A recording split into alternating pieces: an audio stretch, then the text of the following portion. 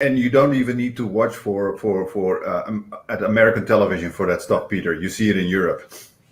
Yeah, I wanted to see what you got, what the propaganda is like, where you guys consuming your news. I know you mentioned that before, Kareem, about you already been getting driven insane by the propaganda. But welcome, my friends. We are live, special late night foreign policy edition. Um, this is Nick, your boy. And do we have a Finny in the house? Is that Finny? No, I don't know what that. I don't know what that was about. But anyway, welcome to a late night stream, Social Cinema. You guys know Karim Bettache. We have Assal Rad and Peter Beattie. And let's see, is that Finny? I don't mind having Finny jump in here. Yeah. Let her join. Finny, how you doing? I totally logged on accident, but hi. Yes. I actually wanted to ask Nick to let her come sometime, man. Cool. Oh, well, hello. Then I'll just stay there. Yeah. Hey, you can stay if you want to. I was wondering, like, I don't know what. It was such an accident, and I thought you got on like later, and I was like, oh, let me just pop in and say hi to Nick. And I walked in, and I was like, oh, never mind. So here I am. Hi, guys. Always good to hear from Finny. Welcome. You guys know Assal Rad as well. These are some of my favorite foreign policy commentators. I get a lot of my foreign policy information from them. So I'm very excited for this conversation. I think this is a super panel. Welcome, Karim Bettache, Assal Rad, Peter. How you guys doing? Can't complain. So the first thing we are going to get into, obviously the biggest thing that is in the news is Afghanistan. And I'm very curious on getting your guys' takes on what's going on right now. There's an insane amount of propaganda. I covered it on my show, and I'm also going to get into that here very soon. But I will start with Karim. I want to kind of get your initial thoughts to get everything started off with. Your thoughts about everything that's going on in Afghanistan right now. The floor is yours, Karim. Where to start, Nick? It's been a very... We got Josanna in the house. Sorry to interrupt. We got Josanna. Hi there. Welcome to the stream. We're going to be talking about some foreign policy. And the reason why I invited Josanna on this panel because I really like her focus and how she said we really need to build international left. Because I really do think that's extremely important. That's the name of this live stream, the International Left Coalition, because I really do believe that should be a very large part of the focus on the left moving forward. We will get into that here very soon, but that's who Josanna is. Welcome to the panel. But I want to get back to Karim. What was your thoughts on Afghanistan? We kind of go around the table and get everyone's initial thoughts because it's just a giant development. So go ahead, Karim. Okay, so I'll try and keep it short right now. It's been very, very sobering, to be very honest. It's very hard to watch the mainstream media, and it's not only a US problem. I follow the European mainstream media, and it's the same story. It's the women, the girls, the women, and for 20 years, our societies have not bothered to even discuss what is happening in Afghanistan during the 20 years human rights abuse of the United States in Afghanistan. But the moment they are withdrawing, the occupier, the colonizer, the imperial master is withdrawing, suddenly we all care about the girls.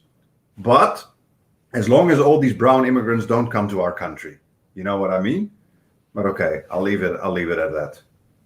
That's a very interesting point. I want to pass it to Peter. Peter, what is your thoughts? Anything you want to start off with regarding Afghanistan? Well, I mean, lots of things, but the one thing that I think has bothered me the most is I've seen in lots of places people talking about like the sort of problems in Afghanistan beginning with Reagan in the 80s. There was some article on Snopes that was supposedly debunking a meme about the Taliban meeting with Reagan in the White House. And they're like, oh my God, like, actually, no, that's not true, because like the Taliban technically hadn't formed yet. This was the Mujahideen, and it's totally unrelated. But the thing that really killed me was in the article, they say, oh, this is in 1983 when Reagan was, quote, dancing around the idea of arming the Mujahideen.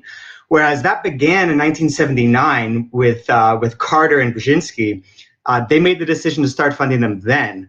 So I just wanted to get that out there because it just bothers the hell out of me when people don't understand that, you know, the blob, the U.S. foreign policy establishment, is not so different, you know, from party to party. And the kind of disaster that befell Afghanistan was, you know, it really began with U.S. intervention in '79 in funding the Mujahideen, which were mostly foreign fighters. So lots of other things to say, but I'll just keep it at that, just to correct the record. Assal, what's your thoughts? I mean, there's so much you can unpack and say about the situation in Afghanistan, and I'll go back to this part of it. I don't disagree with the decision that Biden made to withdraw the troops. In fact, I was always against the war. I've made this point repeatedly. Now, how we did it, could we have done it better? Yes. The central issue in helping Afghans, if that's our biggest concern, is taking in refugees, period. Like, there's just no other debate about it. If you want to help Afghans, here's an idea: take in refugees, especially the ones who've actually helped us for the last 20 years. So there are answers in what we can do to help. It's just that those aren't the things that we want to entertain. All we ever do is revert back to militarism. How can we help? Military. Despite the fact that we've done it for 20 years and this is the result of it. But one of the things that I found most fascinating about it is and I tweeted about this at one point. I said I was like a freshman in undergrad when we invaded Afghanistan. And I had professors at the time who said this about the Afghanistan war and the Iraq war. They said, look, these were like experts in the Vietnam War, experts in Middle East history. And they're like, this is not going to end. This war is going to go on. Like, you guys are going to finish undergrad, finish graduate school, get married, have kids, and this war will still be going. And that was my actual life experience. And they said then, 20 years ago, and it's not going to end in any kind of like what we would define as a victory for the US. And so the idea is, why did they know? Like, why did they know that from the very beginning? It's not because they're psychic. It's not because they're just negative or pessimistic. It's because they understood the history of the region. They understood the history of US intervention, and they just made an educated guess. And so the fact that they knew that then lets us know that there is a better way of doing things, and the consequences were predictable. And that's one of the most sort of like frustrating takeaways from it. While it's incredibly sad to watch what's happening in Afghanistan, we also knew it was going to happen all along, and we didn't do anything to actually stop it from happening. Yeah, that's the thing that irks me the most, is the fact that there's pretty much was a hijacking taxpayer money that funneled right into weapon defense contractors, because their stocks have gone up significantly. And those are the people who I would claim are the victors of this war, because as you said, everyone know there wasn't a real win condition. And even for the people who believe we should stay in, I will ask them, what do you think, how do we win this conflict for you? Do you think we should have a permanent occupation of Afghanistan? What does that mean? That mean, are we essentially annexing the country? That means, should they get Congress people? Should they have two senators? What does that actually mean? What you're actually saying, what you line out there, and that's why I want people. Colonialism means colonialism. Yeah, and it's absolutely, Peter. You got anything you want to add to that? Karim, but I look like Peter. I know. I apologize. Don't worry about it. So. Yeah, what can I say? I think we will probably get back to that later when you want to discuss the articles. But I think what we really need to understand is also the psychological aspect of this. First of all, I think you said a very important thing that we are missing in the mainstream media, also in Europe, is that the military industrial complex is probably a very big driving force behind these forever wars. I mean, once you have these very powerful companies funding the politicians and making huge profit on war, it's almost impossible in a political system like the United States to get an end to this. Like, I see no end unless there is a radical resistance among populations all over the world. That is number one. And number two is, of course, is that in particular in the West, we still have that hyper colonial mindset. You see it when we discuss the withdrawal out of Afghanistan. The fact that people from Denmark to the Netherlands to Sweden to Canada to the United States feel that it's worse for indigenous women to have their own men rule their country than the occupier, the foreign occupier, the invader ruling their country. In other words, this goes back to all these old Hollywood tropes. It's better to have the white man domineering your country because he's better for these brown, poor, backwards women than their own men. And this may sound very harsh what I'm saying, but this is deep. This is something that people will never admit, but it's a deep reason behind that. It's pure white supremacist thinking and pure Western supremacist thinking that is a result of 500 years of colonial domination of the whole world. I think this is a very, very important aspect. Yeah, that's a very important way to look at it. And I want to get you in, Assal, and then we'll jump to Josanna and Finney and get their thoughts. But go ahead, Assal. I just, because of what Karim said, I thought it was important to say this. Like, look, when you look at the picture, yes, the U.S. being there in terms of creating certain areas of security, right? Not the entire country. That was never the case. But certain areas of security where women were able to make gains is true. I'm not going to deny that, right? The fact that now the Taliban will take over the entire country is a detriment to women. But the problem with that argument, okay? The problem with that argument is it doesn't go back in understanding why that became the context for women in Afghanistan to begin with, right? So there's this idea of just, well, it's Islam. You know, Islam's the problem. Except for the fact that there's 1.5 billion Muslims in the world. The largest Muslim countries in the world is actually like Indonesia, not the countries in the Middle East that we always think of. Not all Muslim countries suffer from the same kind of extreme gender inequality that you see in a country like Afghanistan. And Islam is 1,400 years old. Like, I'll never understand how this argument does it. Islam is 1,400 years old. The Taliban is not. So the idea that we make it ideological and we make it seem like, to Karim's point, that it's a clash of cultures and we're there to civilize is the colonial language. Whereas what Peter was talking about is the history of how we got here, right? Because we actually, I mean the United States, actually funded and trained and encouraged the kind of Islamism that we're seeing, because as long as it was going to defeat the Soviets, we didn't care what the consequences were.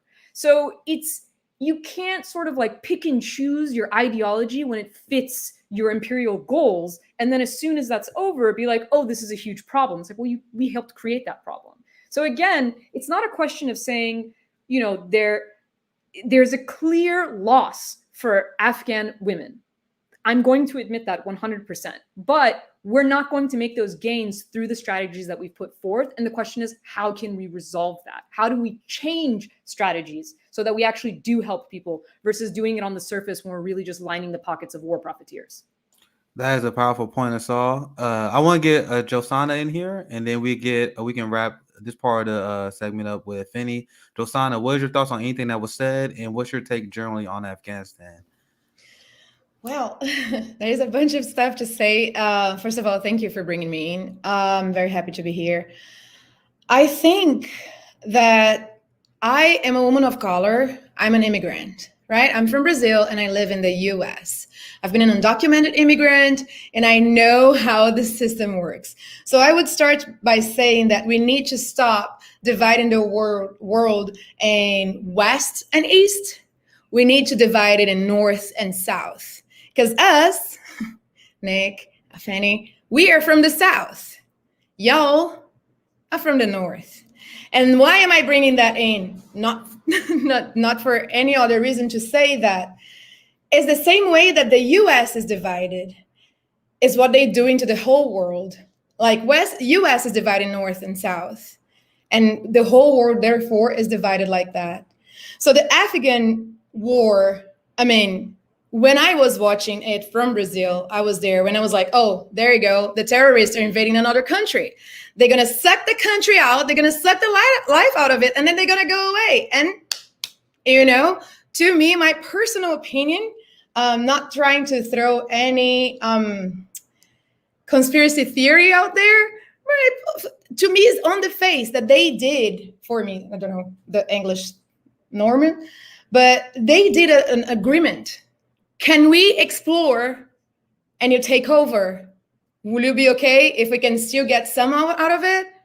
And of course they said yes. And then, okay, let's go. And then they left. So that's why I think about this moment right now. I think it's just one more agreement between US government with terrorists, sorry, I don't want to call them terrorists. I don't want to be like that. But with groups, rebel groups that first they are the devil, and then suddenly, oh, they seem all right.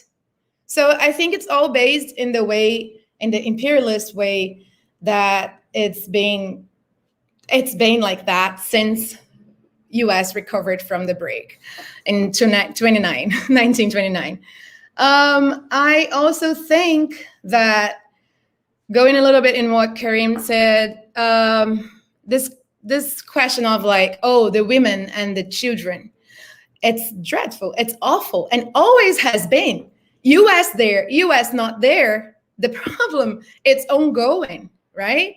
And I think that using that using that cultural detail to justify staying in a country, I agree 100%, is colonialism. It's what US does silently to the whole America, the whole rest of America to start with. We are America. And then the whole rest of America just take whatever. So I think it's I think there are other ways, and I think I am totally like open to discussion on that. But I think that that's happening, it was a negotiation. When you have to negotiate with somebody that's like 3 times stronger than you and richer, and they're like, I am going to punch you if you don't take my deal. And with that, they got the deal. The war lasted until they got the deal, and they were like, okay, now we don't need to be here because they're still there.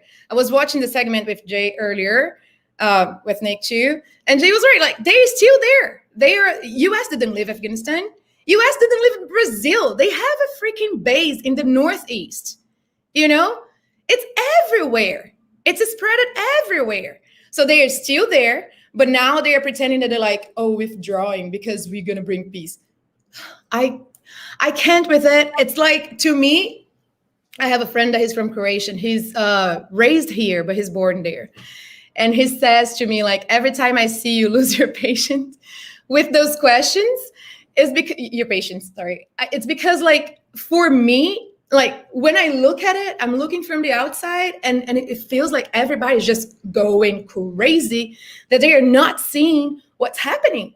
Like, it's impossible to not realize those things. It's impossible to not see. And to me, that's always like when I'm commenting on Nick's tweets, it's like, okay, so when is the day that the American people are going to take over? You guys have guns. Let's go to the streets. Like, it's time for a change. Because by living here, I discovered that the majority, I mean, at least in my bubble, they do not agree with the politics, the international politics of US, or even internal ones. So, like, I feel like this was planned already. That's what I'm trying to say.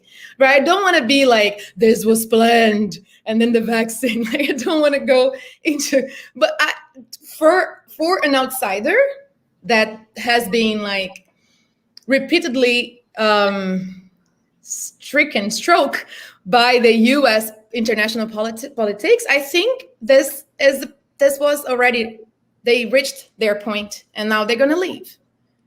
I always maintain a very healthy skepticism about what's going on right now. That's why I wasn't celebrating, and we will see if they will completely get out of Afghanistan. One flag that I was raising was when Biden announced the fact that he was going to pull out of Afghanistan. They still openly admitted that they may divert funds to do covert operations in Afghanistan. They're still going to have bases in Afghanistan. Now, that's the question. Now, that's the debate. I would love to hear you guys' thoughts on that. Is that really pulling out of a war if you still investing resources into the conflict and the struggle? And also, I'm also worried about the mission creep, because I don't give any benefit of the doubt to the United States government. Because now Biden just very recently said that they may keep troops there longer if necessary in order to safely evacuate everyone. And whether you agree or disagree with that tactic or not, if that started the mission creep, what if something happens? What if American soldier is killed, God forbid?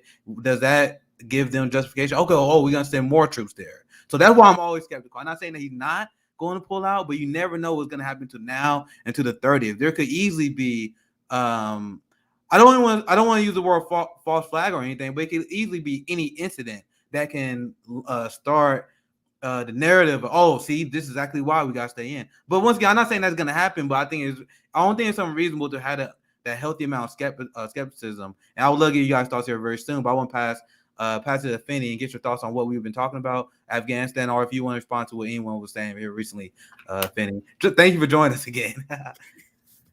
Thanks for having me. You know, I just want to quickly add, like, the goal was never to win this war. Like, just how, you know, we went to Vietnam, the goal was never to win Vietnam. We did not win that war, but we went, right?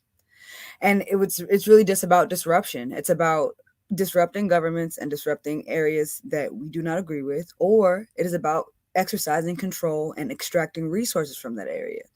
It is very rarely for human rights. It is very rarely for any other reason other than that, for other than greed, resources, and capital. So when I look at the U.S. foreign policy like that, you know, and I'm sure many leftists feel this way, we should have never been in Afghanistan in the first place. We should have never funded and created the Taliban all the way back when in the first place. We should have never disrupted their governments in the 1980s in the first place, because it was never our place to do so. And America's, you know, approach to being the world police or the global control system of what is acceptable and what isn't acceptable in a country goes against everything that we say that we stand for, which is freedom and self-determination and liberty and all these buzzwords that we throw out. But at the end of the day, all we're trying to do is protect our property and our assets and our resources in these other countries and become the biggest world empire that we possibly can. If any other country had probably honestly over 1,000 military bases or strategic military positions all across the world, we would be gunning for them. We would be targeting them. They would fearmonger about that country every day and scream about it from the rooftops about how this country needs to be dismantled and this fascistic control. So why is it okay when we do it? Why is it okay when our CIA, an extension of our military that we are also funding, why is it okay that they go over and they do all the things that they do, and then we put in the overt action of bringing our military into a situation that we, a lot of the time, started to begin with? Conflicts and issues that we were the root of because we did not agree with however things were going at that time and in that moment. I'm just really at the point where it's like, if the U.S. actually gives a damn about human rights, number one, accept the refugees, and number two, rebuild the damn country. All of those billions and trillions of dollars that you funneled and poured into that country to bomb it and kill civilians and children and women, because apparently y'all didn't care about the women and children then when y'all was bombing them. And when, you know, I'm a veteran, so I know that we're trained to clear homes. So imagine how many homes were cleared in Afghanistan that we'll never know about. So it's just like, I'm not engaging in any more conversations about our humanitarian efforts if it means that we're going to put boots on the ground. We need to start handing out checks and handing out building crews. If we're not going to do that and build clinics and medical care in these countries, I don't want to hear shit. For real. Like, we need to dismantle our military at this point. That is where we're at. There is no longer a reason to have a military as large and as overreaching as the one that we have, especially if we're going to carry out fascistic, inhumane policy all throughout the world. Now you guys know why I was excited that Finney just jumped on with us. So Josanna, you seem like you want to say anything, and feel free if you guys want to chime in. You guys can do that when someone's done talking. I don't mind. But go ahead, Josanna. I just have a question for the people from the US here, or the people that live in the US, or people from outside too. Do you really see the US going into the Afghanistan, ideally handing checks, rebuilding the country? Do you see that happening? Do you have hopes that will happen anytime soon? Just a question. Just want to put no. No. I mean, I think the easiest way to sort of answer that is how we treat our own people, right? Like, every time we talk about what we should be doing in other countries, like, I communicate, I have friends and family in Iran, and I communicate with them all the time. And like, when they follow the work that I do and the idea of trying to get like sanctions lifted on Iran, they have said to me verbatim, they're like, why would you keep talking about Iranian lives? Why would anybody in the US care, like the US government, care about Iranians? They don't care about their own people, right? Like we are watching from outside as Black Americans are killed and you have mass protests and those protests are suppressed. So like, why would you think, like, they're almost criticizing me for being this sort of idealistic person that believes there is a way of reforming our system, right? But the reality of it is, if you want to look at our human rights record, if you want to, let's not even go beyond our borders, which is horrendous, right? The amount of people we've killed outside of our borders is genuinely shocking. We don't even have the numbers, right? We like stopped counting bodies at a certain point. But just look domestically. So if we're not planning on to help our own people, why all of a sudden do we become generous when it comes to people in other countries? But something else that Finney brought up, and I thought it was really important to say, is because you were talking about this idea of if there were other countries who had 800 bases around the world. And there was actually a report just a few weeks ago where it was like the US was warning its allies in the Middle East not to allow China to have bases in the region. And like, what do you do with that? On the face of it, when you look at it, it's like, so you're basically saying that we can have bases anywhere we want in the world, but don't allow anyone else to do it because they're bad and we're good. And it always sort of boils down into these ridiculous talking points, but that's essentially what it is. We can have certain things because we're the good guys, and just no one else can have it. China can't have bases in the Middle East because we have bases in the Middle East. We decide countries can't have nuclear weapons. We have the second largest nuclear weapons arsenal in the world. We're the only country to have ever used nuclear weapons. But here we are, sort of moralizing how bad nuclear weapons are. Well, we should know. We're the only ones that killed tens of thousands of people using them. So it's this sort of backwards rhetoric that goes over and over again. And that's what frustrates so many people. It's like, if you want to have an empire, at least just call it an empire. And then we can have a real conversation about what are the benefits and what are the downsides of having an empire. But stop saying you want a rules-based order and human rights when that is absolutely the opposite of everything that we're doing. Yeah, and I think you say some very good stuff there, Assal, and I think in this case also it's very important to realize how important this mainstream media narrative is to not only make Americans and even Europeans themselves believe in the fact that or believe in the idea that America is doing good stuff around the world, but in fact even convincing people outside of the so-called the West or the global North.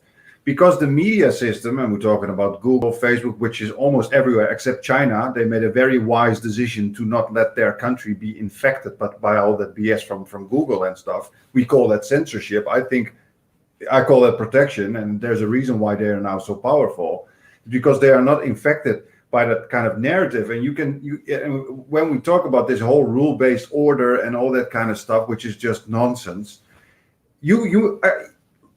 why don't we ever ask ourselves this question? I wrote this in an article in a Dutch newspaper. I asked, why is the most powerful empire in the world? Why are they continuously using their most sophisticated bombs on countries where people walk on sandals? Seriously, ask yourself this question. Why do they bomb the most poor, weakest countries? This is like a guy who is in a primary school, who's 20 years old and beating up 4-year-old kids. You know what I mean? If you're so threatened by this world and the rule-based order, why don't you get somebody of your own size, or at least somebody who gets closer? This is just, the U.S. is next to the fact that they are just a horrendous empire. They're bully as well. You know what I mean? And I think there's one thing Assal said. This is very important because we even have this discussion in academia, and Assal will be aware of that. Is the fact that when we talk about women's rights, and the idea that we need to import Western feminism we need to bomb Western feminism into Afghanistan, is the whole idea that a lot of people don't think about this, how important environmental and social context is for certain norms to develop. Why am I saying this? If you live in a very tribal, rough society, a dangerous society, you get automatically cultures that create very strict social norms for their own safety. This is a normal human adaptation to a more dangerous environment, you could say. So it makes no sense that in a country, the way Afghanistan, for example, currently is, it makes no sense for women to become individualist feminists, on their own, single girls, Sex in the City, happy life, because it's not the society for it. It even took us hundreds of years, or I could even say thousands of years. Women's rights are very recent. Why? Because before that, our social context was not there for women to become individualized and have their own rights, so to speak, which I think is a very important thing. But it's one of it co-evolved. These norms co-evolved with a very rich individual society, where finally women also could have their own independent lives by working, by being an entrepreneur or whatever. If you want to just bomb that into Afghanistan, that's of course never going to happen. And a lot of them know it's never going to happen, but it makes the war machine go on endlessly because people believe in it because of our bullshit mainstream media. You know what I mean? So that's what I wanted to. Yeah, I think Josanna about to say something. Let's get Josanna, and then I'm gonna get Peter in to respond after her. So go ahead, Josanna. I like the bully example, because there are other ways that the bully goes around, right? I can only talk by my own experience. So we had a president in Brazil. Her name is Dilma Rousseff. Dilma was wonderful. Dilma was trained by the guerrilla. She trained with Che Guevara himself, okay? That woman, for those who don't know her story, was tortured by the military government that was funded by the US in the 70s. They put, and I'm gonna tell this very heavy story, they inserted a live rat inside her vagina, and that woman didn't speak a word. So this is the type of woman that the president was. So Brazil had just discovered the pre-sal. What is the pre-sal? It's this unlimited source of petroleum all over the coast, mostly from the southeast, but like northeast too. So Dilma said, okay, we're gonna explore, we're gonna study in the whole environment consequences for that, sorry. And we will explore, but Brazil hold most of the profit. Of course, this is ours, this is in our land, it's not. And then, what's his name? Snowden comes out and says like, Obama is watching everybody. And then she discovered that Obama was watching also her phone calls and stuff. So she calls him out. She called him out internationally. And a secretary of press, I don't remember his name, came up and said, oh, you were going against President Obama? You're going to see the consequences of it. A week after, it was a week after, they started a coup d'etat because Dilma gave like the Brazilian FBI they had free exercise of their will, so they could investigate any politician and any public employee. They could do that. So they used that to start the coup d'etat. They used even people in the streets. I was here, but people were in the street like fighting because the ticket for the subway went up 25 cents. And then that became, out of the blue, suddenly became, I can't translate, but it was like, out Dilma. And then it led to impeachment. In Brazil, once you're impeached, you out. It's not like here that you can like stay, finish your government, and then be reelected. You out. So they impeached her, and now there are proofs that she did nothing. She didn't commit no crime as a president. The crime she committed was standing up to the bully, because she's brave enough for that, right? But and then she was cut out. And now pre-sal is actually producing a very large amount of petroleum. And guess who has most of the profit of it and the chunk of the cake, the biggest chunk of the cake? My dear beloved country that I chose to be mine. I even oh my God, I chose this. But yes. Thank you. Do you guys have anything to add to that? That was amazing. I learned a lot from that, Josanna. I want to pass it to Peter. You got anything you want to throw in about what we were talking about here? I wanted to respond actually to something that Josanna said previously. Like, like in her bubble, you said like, most people are against war and the empire and whatnot. Like public opinion research shows that actually the majority of people in the US are against empire. The problem is nobody knows anything about it because our educational system doesn't teach us, our media doesn't cover it. And then we're easily swayed by propaganda about, this country is the enemy, and then we have to go invade, etc. But I would recommend, like, it's actually relatively easy to understand what's going on in the heads of our imperial masters. You can just look at international relations theory. That there's a whole area of academia where the people that go into the State Department, the CIA, the civilian leadership of the Pentagon, probably the military leadership as well. It's this whole theory, and the dominant perspective in that theory is called realism. C. Wright Mills, I think, had a better term, crackpot realism, because it's not very tethered to reality. But the whole idea is you have to maximize power. Every single government must maximize power at all costs.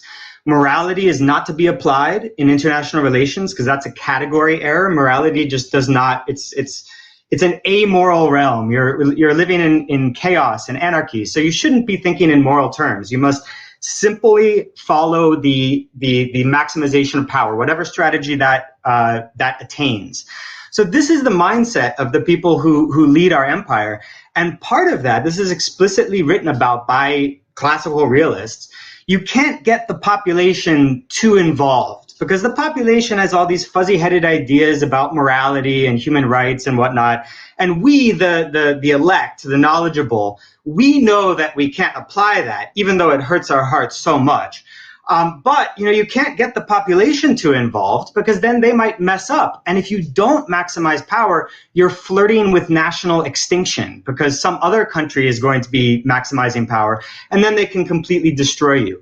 So this is the mindset that people who run the empire have. And I just wish that the broader population knew this so they could understand what they're really dealing with, and they could understand when they hear their politicians, their pundits like Max Boot, who's talking about we need to police the imperial frontier. I actually prefer that kind of honesty. Like back in the early 2000s, all the neocons were talking openly about the US empire. I much prefer that. I much prefer having that conversation where people actually know what their leaders are thinking.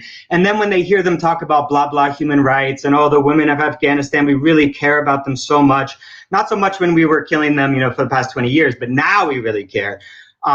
They would know that this is all just BS. So I'd much rather have that kind of honest conversation. Go ahead, Karim. Yeah, if I can jump in for a moment, Peter. And I think it's very important here because I totally agree with you. I teach international relations myself at the university, and one of the theories I can't stand is realism because it's just pure American domination mindset. No, it's not American. It's European, and that's why I'm jumping in because don't forget, we are now in the aftermath of 500 years of colonial domination, which most strongly came from the Northwest Protestant area, and we're not talking just about the UK. We're talking about the Netherlands as well.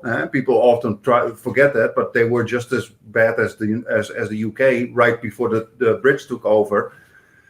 And that is the Protestant culture of first the chosen one. You have to those who are chosen by God to get what they want. They will eventually get what they want.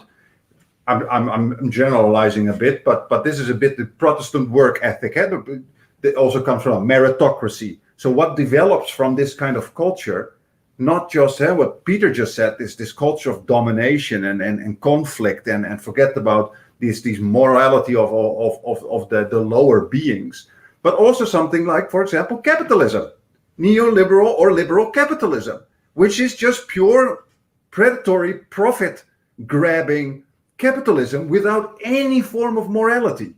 And that stuff, again, we need to see the largest social contextual history. That all comes from our hundreds of years of history, which I always start with 500 years of colonial domination. We can even go further back, but right now that is one of the biggest influences of the way our world system works right now.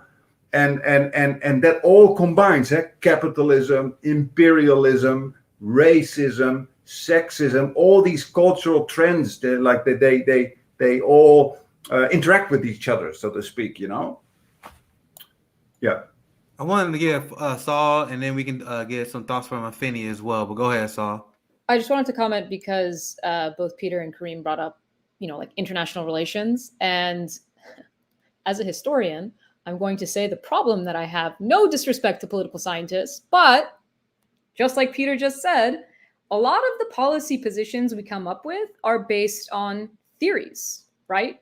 Political scientists and people who work at think tanks who use the theories that they have in their books with no historical context, with no understanding of the language, the culture, the history, the religions, the anything of the people that they're dealing with. And in fact, the reason why I brought this up is because it's so important when you look at Afghanistan. I mean, if you look at the Afghan papers, right, like everybody's sitting here suddenly shocked, whereas the Afghan papers came out, 2 years ago, where US officials blatantly admitted I think one of the quotes is, we didn't have the foggiest clue what we were doing. It's like, yeah, you didn't know anything. Like, you are admitting that you didn't know anything about Afghanistan. Just like you don't know anything about Iraq when you invaded it, just like you don't know anything about Iran today when you create policies. So the problem is that you have people who are theorizing on how human beings act without actually looking at the history. And why is that important in understanding? Look at an individual person. If you meet an individual person, you want to genuinely understand them, you have to know their history. If you don't know their traumas, if you don't know their experiences, how do you expect to actually understand them? And for some reason, when it comes to states, we think they're no longer people that we're dealing with.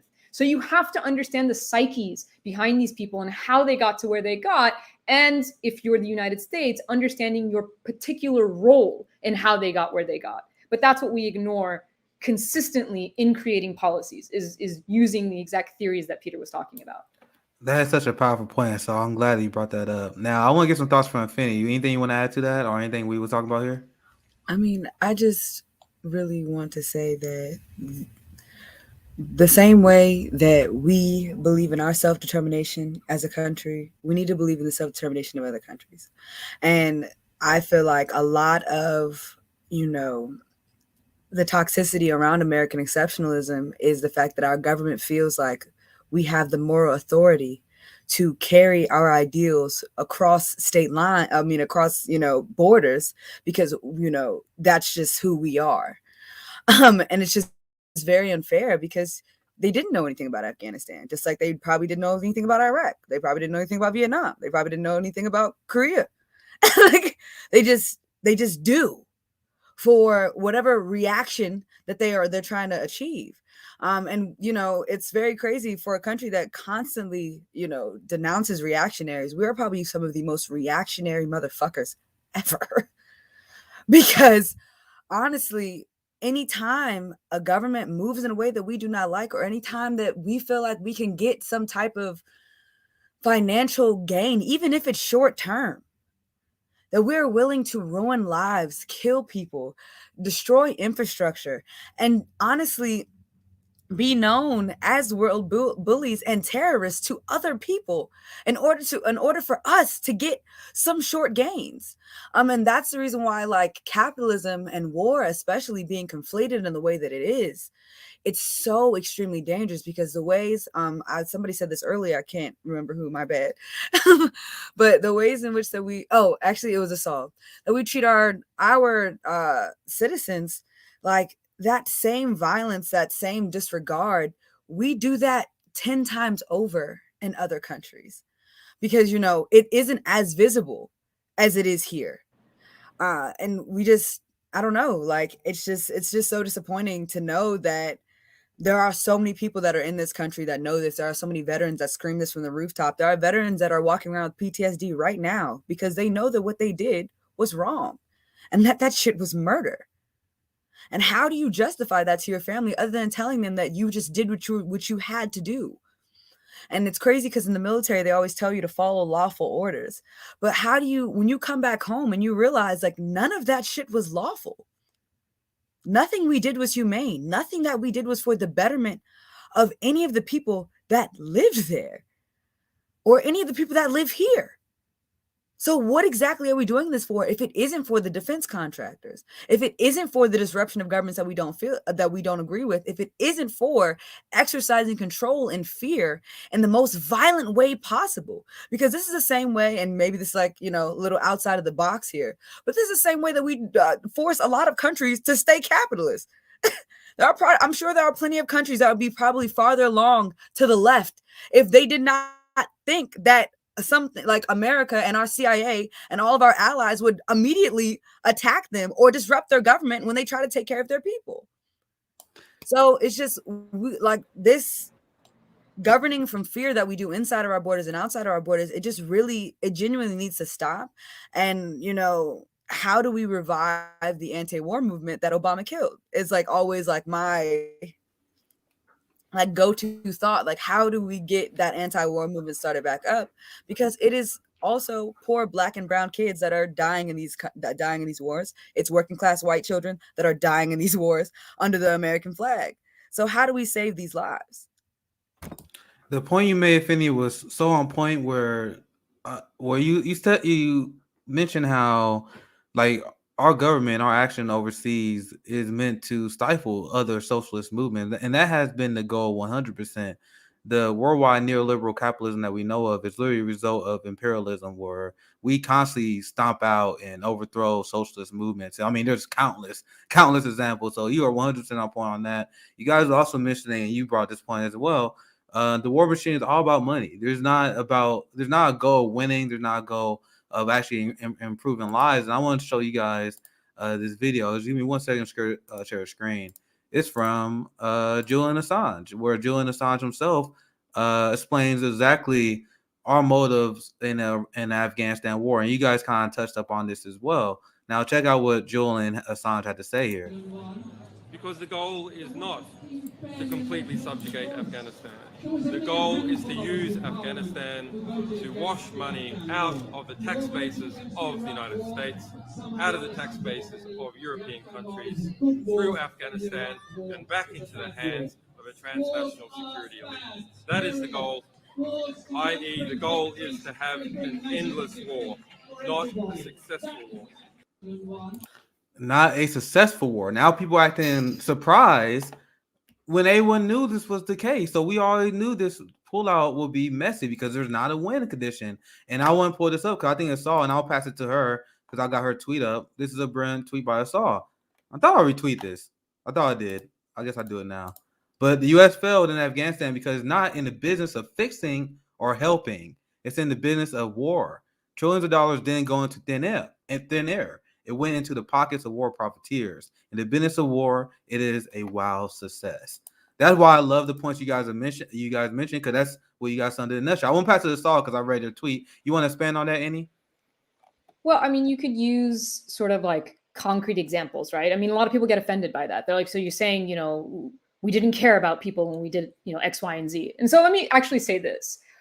Just like when you talk about any other country, right? As someone who focuses on Iran, when people in the US talk about Iran and they sort of talk about it as this monolith, I take issue with that. And so I can take issue with that in the US as well. The US is not a monolith. It's certainly not, it's not so within the population. The population is not the same as the government. The government doesn't necessarily represent the views of the people. And even within the government, there are actors who I genuinely believe don't agree with the sort of, establishment or the machine or the blob or whatever catchphrase you want to use for the people who actually wield power and make these decisions, right? Not everybody is on board. Now, in the case of Afghanistan, we can only point out Barbara Lee, but at least there was one person who decided I'm not going to vote for this war. And I would say that she's vindicated 20 years later. But when you talk about the profiting from it, well, there's a reality that you just have to admit. So for instance, Biden is continuing a program that started, I believe, under Trump, that will cost somewhere upwards of $1.5 trillion for new nuclear weapons. Now, someone tell me what the hell we're going to do with those nuclear weapons. We already have 5,000. You cannot detonate all of these. You physically cannot do it. You'll kill everything on the planet if you do it. So I've never been able to get someone to give me a logical reason why you are still paying so much money for weapons you literally can't use unless your goal is to kill everything, right? So why are we making them? Well, because somebody makes money off of that. So we have a F-35 program that will end up costing probably another $1 trillion for planes that are not particularly useful. Why do we keep pouring money into this? Why do we pour literally money into things that are not useful to us? So just putting the wars themselves aside, there are things that we do all the time. There's ways that we spend money that there is no justification for whatsoever. So even if you tried to justify something like, but there's a moral reason why we went to Afghanistan, what's your moral reason for building more nuclear weapons? There is none. And so, we're worried about arms in the Middle East, right? Well, we basically just trained and armed an entire Taliban. That's again what we did, right? Because everything that was left behind that the US left goes in the hands of the Taliban now because they've taken over the state, essentially. If we didn't want the Middle East to be armed to the teeth, we could stop arming them. We're the #1 arms dealer in the world. It's actually not as complicated as we make it seem. Our military budget is 40% of the entire global military budget. How do you justify that? So when you look at these numbers, when you just sit and actually think about them logically, there's no excuse behind it besides, well, some people are making tons and tons and tons of money. Maybe those things could be used, could be shifted into programs. Like I actually posed this question the other day. What would happen if instead of spending $2 billion a day on war, we spent it on climate change? We have that option. We just pretend like these options are not available to us. Like we didn't create the system and therefore we can change it anytime we decide.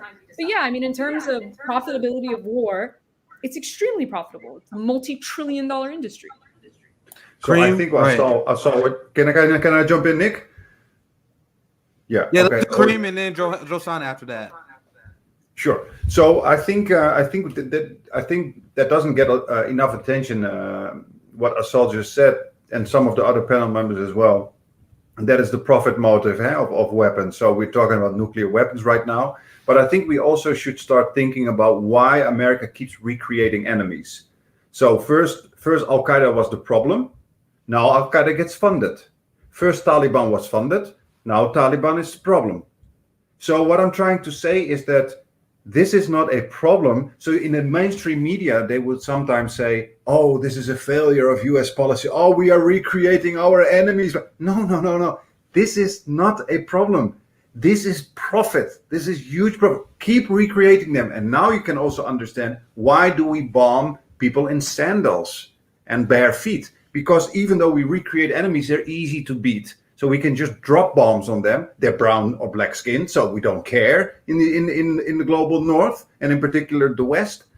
And so that is, I think, a very, very important aspect of why we keep waging these wars. And there was another thing I wanted to say, but I'll give it to Josanna, and maybe I'll catch it later. Wait, can I just add one really quick thing? Yeah, Assal and then Josanna, and then we go back to Karim. So if, in fact, profitability wasn't part of war and weapons, why are they privatized? Right, exactly. Why does the government own? If the government actually funded these weapons programs and it wasn't based on publicly traded companies that make billions of dollars in profits, then I would buy the idea that this has nothing to do with profitability.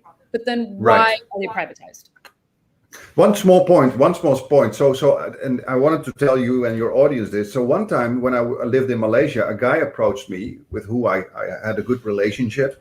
And he actually said to me, because he was dealing in oil and he wanted a partner who had international experience. And he actually approached me if I wanted to be a partner in dealing oil. So he was dealing in Russian oil, and it was very, very profitable. I could join in and probably make me very, very rich. And then he said, one of the best things that can happen to us is war. He said, the moment there is war, we make so much money, you will not believe it. And I realized, like, for so many people, this is just some guy in Malaysia who's working for a Russian oil company. For so many people, war is so good. And unfortunately, for the people for whom war is so good are at the same time the richest people in the world. So they control our mainstream media narratives. They control our governments. They even control the theories, like Peter said, in our universities. You know what I mean? So I think this is something that should be a very important aspect of the debate on wars, you know, instead of human rights and world order and blah, blah, blah, blah. Let's talk about profit, you know, and of course, who are the ones who are always the victims? The poor ones, the darker skinned ones, you know, the brown ones. Josanna, sorry, I know you wanted to say something. It's okay. I was like taking notes of many points I wanted to talk about, so it's gonna seem all over the place right now. I just want to start with the BRICS. I don't know, how did you guys call that in English? Because like maybe BRICS. Sorry, I have to do that joke. I speak mainly romantic languages. I'm in one side of the grammar. You guys in the opposite. How many languages But do you it's speak, fine. Josanna? I'm just curious. 4. Wow. See, I need to learn my second language. I feel like such a lazy bum because all the international people speak multiple languages. And meanwhile, I barely understand my neighbor who speaks Spanish. Anyway, go ahead, Josanna. I think English is my third one, maybe. Let's do this. So the BRICS, right? Brazil, Russia, India, China, and South Africa, right? So the BRICS was a block of countries that was bothering the bully a lot. We were like thriving, and at some point, Brazil was the 5th economy in the world. Wow, I've never seen that happen. I was born and raised in the Brazil that I was like, can I have yogurt? No, it's too expensive. Oh my God. So I like, when I heard like my country is the 5th economy in the world, that blew my mind. And it was because we made a block, and we were being like, we were trying to be strong enough and thrive against the bully. So what happened? So the coup d'etat happened in Brazil, and I'm a bit ignorant what really happened in South Africa and India, but that broke the block, that broke the BRICS, right? So Russia and China are potencies, so they will thrive, but us, look at in international news right now. Look at how is the Brazilian government doing, like going. Look at how South Africa is going right now. And look at how India is thriving right now. We are in shit. Sorry, I don't know if I can curse. Anyways. We don't tone police over here. Okay, thank you. Also, this the US, in my view, is a bully to their own people. And I think, Assal, for your point of the money, this whole amount of money that's being spent in weapons, it's scary for us too. I'm gonna start saying us. I'm not a citizen yet, almost there, but I'm gonna start saying us because I pay the taxes for the military. So I'm allowed to say us. So I think it scares us too, right? Because every time I go around and I ask people, okay, so we are all in the same page, right? Why are we not doing something right now? Like, we need to do more than just being the streets, okay? We need generous strike. We need like the support of everybody. And I think if it's like the answer I get back, it's always like, well, but have you seen the military? Have you seen the power that they have, the weaponized power? And I have to agree. And I think that not just for the international policies, but also for us, like for example, I have a green card, and this green card is like, because you can have a green card that is like 2 years and then you have to get another one. I got the one that's the permanent resident card. So I always explain the immigration system as a jail system, okay? So I came in with a visa and I decided to stay. So I went to look for a working visa so I could work and live here. The lawyer was very corrupt. He was arrested by the FBI. It's a long story short. I didn't get it and I became undocumented, right? I became a pending because I didn't come through the border. I actually flew here and I had like a I-94 or whatever. But I was undocumented. I could be caught by IC and sent back home. Now, and then I go through all of this and I have to work under the table. It's like I pay taxes at the same time that I work. Like, it was like a nightmare, 5 years of a nightmare. So I finally get a work permit, but I applied in the transition from Democrats to Republicans, which for me, to be honest, doesn't change anything. So I couldn't travel with the work permit. I can work and pay taxes, of course. And then finally, when I get to the interview, I get my green card. And I went to Brazil right when the pandemic hit, and I stayed there for 2 months, and I came back. And when I come back, it's the new civil rights movement. Sorry for doing this because I have my things up with it too. We hear you. It's rising, and I want to be part of it. I want to go to the streets, and I want to scream, and I want to face the police because, to be honest, I, as a Brazilian activist, I was born and raised one.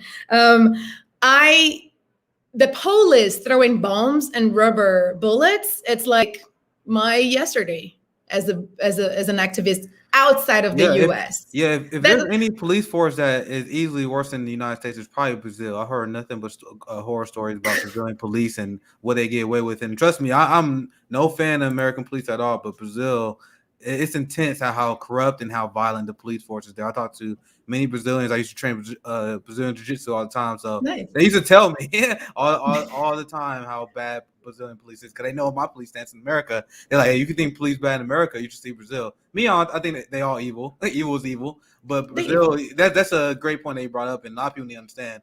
That's a giant police state they dealing with Brazil as well. But go ahead, Josanna.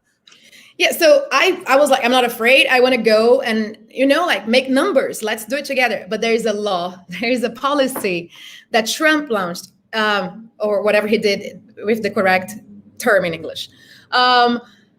If you were caught as an immigrant in the protests, they will take away your green card, and you will be in trouble with immigration, meaning that you will deported.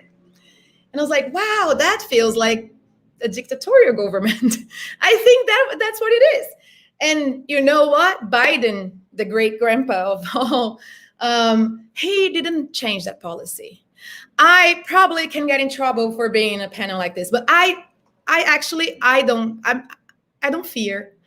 But I know that those he kept the policy, which made me think that liberals are not bothered by Trump's policies. They were just bothered by the image, like France and England, laughing at Trump. They were like, no, that's ugly. Let's put somebody that will do the same. And then we can keep on pretending that we are cool in the parties. Because this obsession with the table for the lunchtime, get everybody worried because they just want to be popular, but they're still a bully.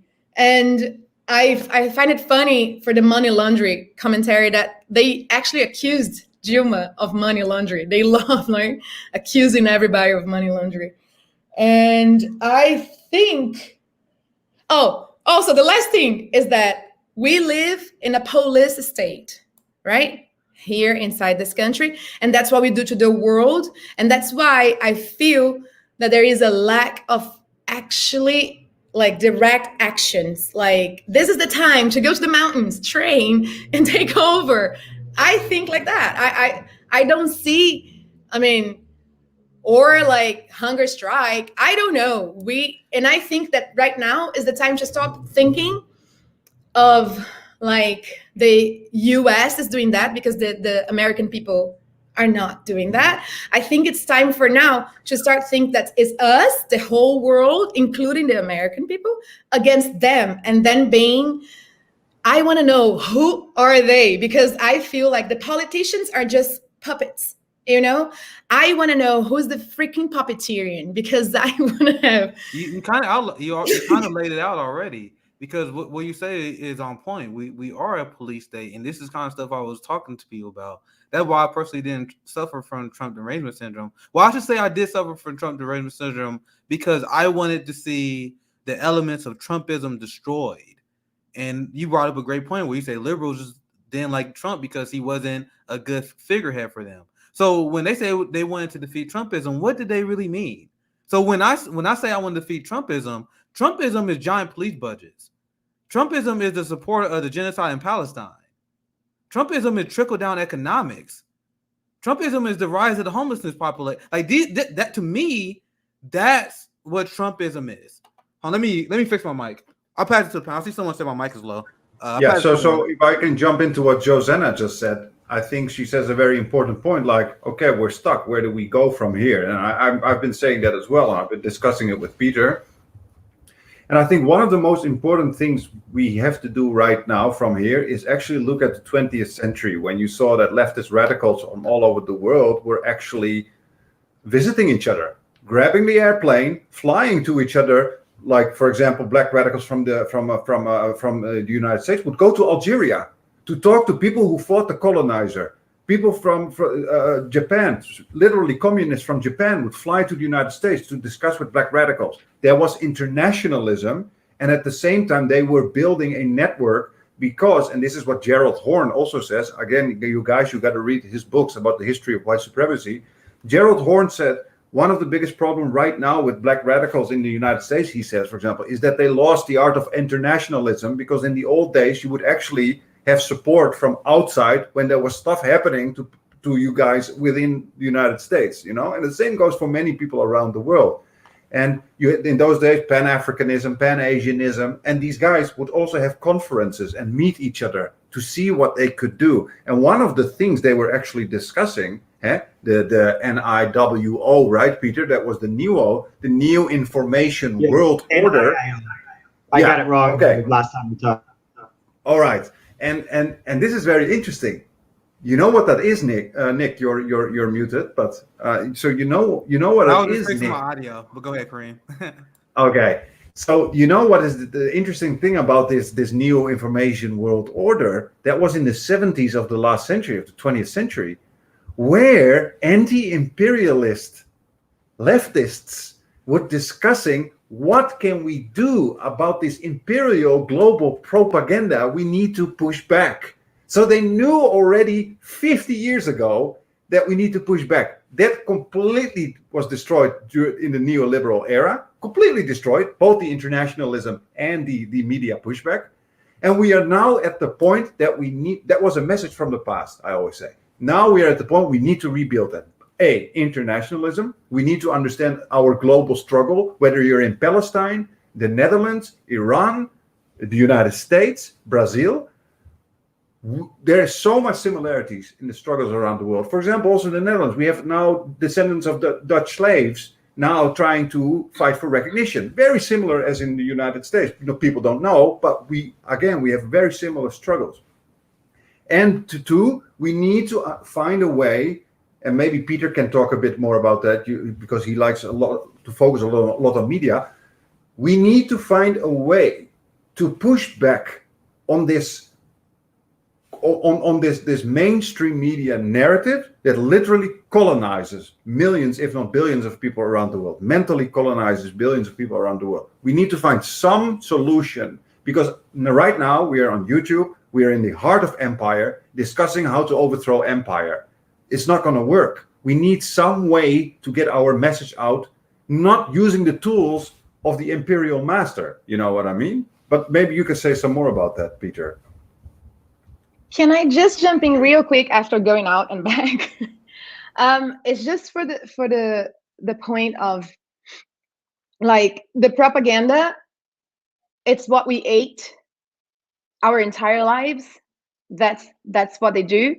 So it's the corporate media, and it's on everybody's faces right now because there are millions of documentaries talking about the corporate media, and that's the propaganda. And you can even see, like, there are documentaries. There is one that's made by people here, so I don't know, but like how they spread, like in Brazil has TV Global. It's the biggest media. It's like the Fox News, but it's an empire. It's been only that. But there are documentaries showing how they receive the news and how they manipulate it and what they put out there. We need propaganda. Yeah, I want to get Peter in there, and then I want to add to the propaganda point. But go ahead, Peter. Just to really quick, follow up on Karim, the only examples that come to mind when I'm thinking of like what we can do in terms of international media, getting information, like left-wing perspectives to people that have never encountered them before. The examples that come to mind are like Al Jazeera and then Telesur. But Josanna, do you know if is Telesur, like, does that have an impact in your experience, at least like in Brazil and South America? Because I haven't been following it closely over the past few years, and I'm curious to see if you think what you think about Telesur. Telesur? Sorry, yeah. Well, I think Telesur was it was like the main thing behind all the little companies. But right now, I'm not sure how it goes. I know that what's happening with Bolsonaro right now is that he attacked TV Global. So yeah. So it's like if Trump attacked Fox. Yeah, he did it. And it's ridiculous to watch it. I don't sign up for this. I know Brazilians that have TV Global here in the US. I'm like, no, I left the country. Why do I have to deal with that? But it's ridiculous to watch the circus of, like, they attack each other, but they never get to the point. TV Global never said, like, this guy is promoting a genocide in this country. Let's get him impeached. So yeah, but I'm not sure about Telesur for, like, in this present moment. Sorry. Now, so Nick, maybe you can actually go there, because I discussed this yesterday with Peter. Is that when you, in the old days, Telesur, so that is tele and then SUR, Telesur. Maybe you can find it on YouTube, Nick, because then you can show your audience something very interesting happened. If you have a link, you can put it in the chat and I can open it. That was make it. Okay, can you put it in the chat, Peter? Yeah. So an interesting thing happened here. In the old days, so Telesur is a highly anti-imperialist kind of news channel. A bit like Al Jazeera English was in the beginning, but it's becoming a bit in between, but still much better than all the rest of the outlets. But Telesur, in the old days, Telesur was suggested to me by YouTube. Okay, they have now still more than 1 million subscribers if you look on YouTube. Now look at the interesting thing. Click on videos when you're on the Telesur website and watch the amount of viewers they get, which is comparable almost to the amount of viewers I get with Peter in our tiny channel that we just started, in the hundreds, while they have more than 1 million subscribers. So if you go to Telesur on YouTube, so go to YouTube. Let's see. YouTube. Yeah, just go to YouTube. Oh, I see it. This. And now click on videos. And look at the amount of views. They got 1.3 million subscribers. How are their view count so low? Here we go. That's Here we go, my friend. They became so influential with their anti-imperialist messaging, because also Abby Martin was part of Telesur. They're throttling them. Like I said, we are making use of media in the heart of empire. This is what's going to happen to you once your message gets out. They throttle you to death. That's crazy. So again, they got 1.3 million. Sorry to interrupt, but that's an insane amount of subscribers. But yeah, that shows how much they're getting throttled. How you can have that many subscribers, but the view count. And the funny thing is, if you watch Fred Hampton Leftists, you know, after I watch your videos, you know what they are actually suggesting to me? MSNBC crap and Fox News. So you actually see, you see that imbalance, what they're trying to do here. You're watching a radical leftist news, and they try to influence everyone immediately with that mainstream nonsense, and they're throttling people like Telesur. So again, this is not our future right here. You know what I mean? Here on YouTube. Yeah. And it's not just, I'm so sorry to jump in, Nick, ahead of you, very impolitely. And it's not just by the news. They have telenovela. You guys have no idea of the power of the telenovela. I was in telenovela. I mean, I was just trying to, make ends meet. And that's one of the reasons that as an actor, I left my country. And these things go every single day inside of people's houses. People would watch like the 6 p.m., there is a 5 p.m. telenovela, there is a 6 p.m. telenovela, there is a 7 p.m. telenovela after the news. So your TV is on with the news because you want to watch the next telenovela. And then there is another news segment, and then the biggest telenovela of all.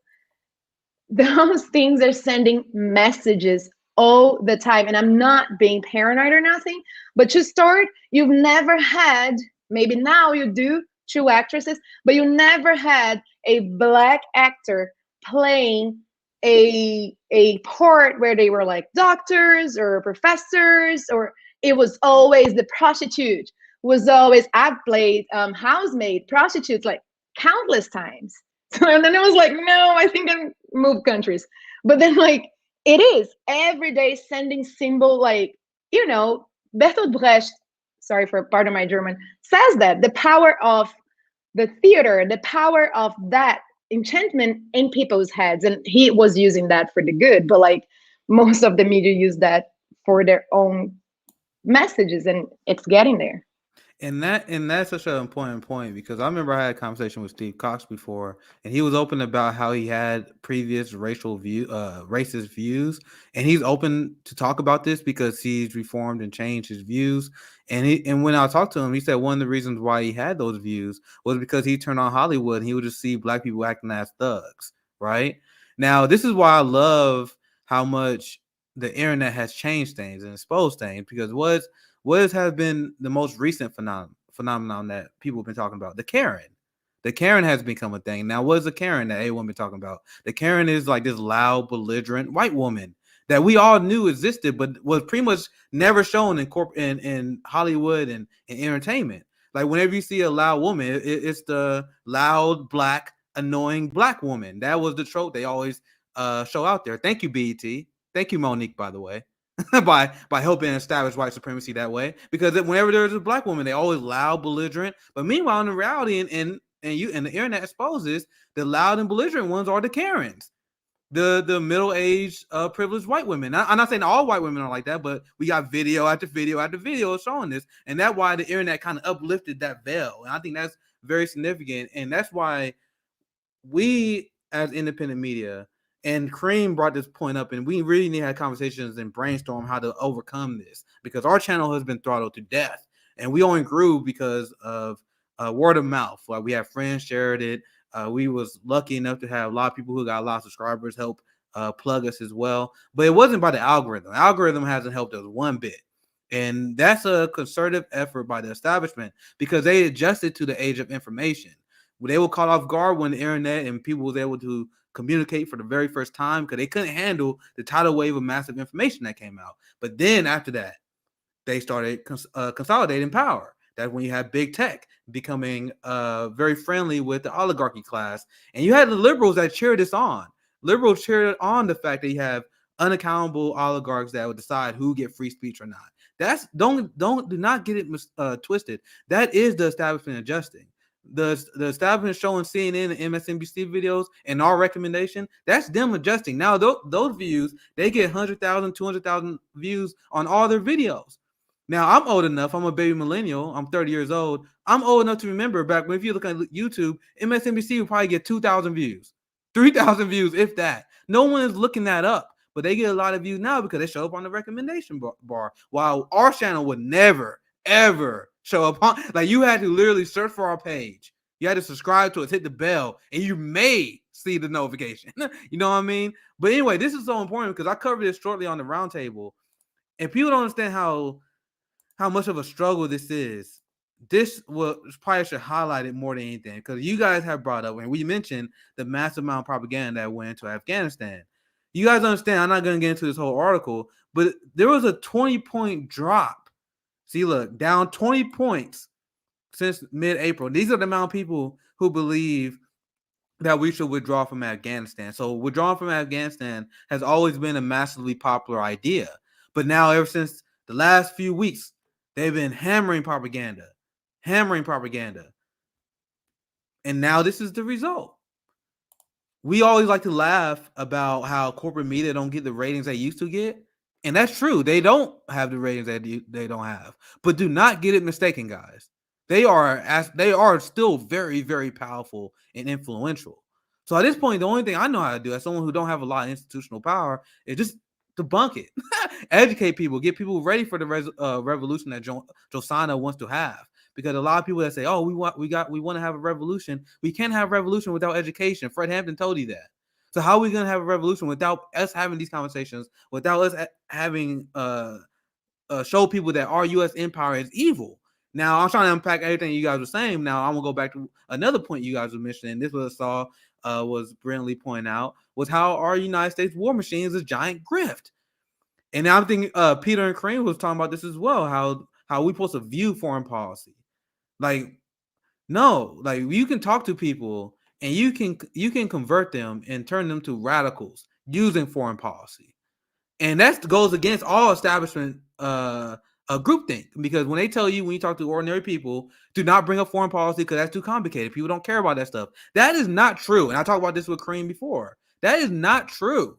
Like when you explain to them how much it costs to make them fighter jets as Assal laid out, like if you say the same thing that Assal brought up earlier when she was explaining how the U.S. war machine is a grift to the average person, and then you relate that to the fact that that is money that is not going to in our community, I have a ton of experience with it. I promise you, you get people like, how much that jet cost?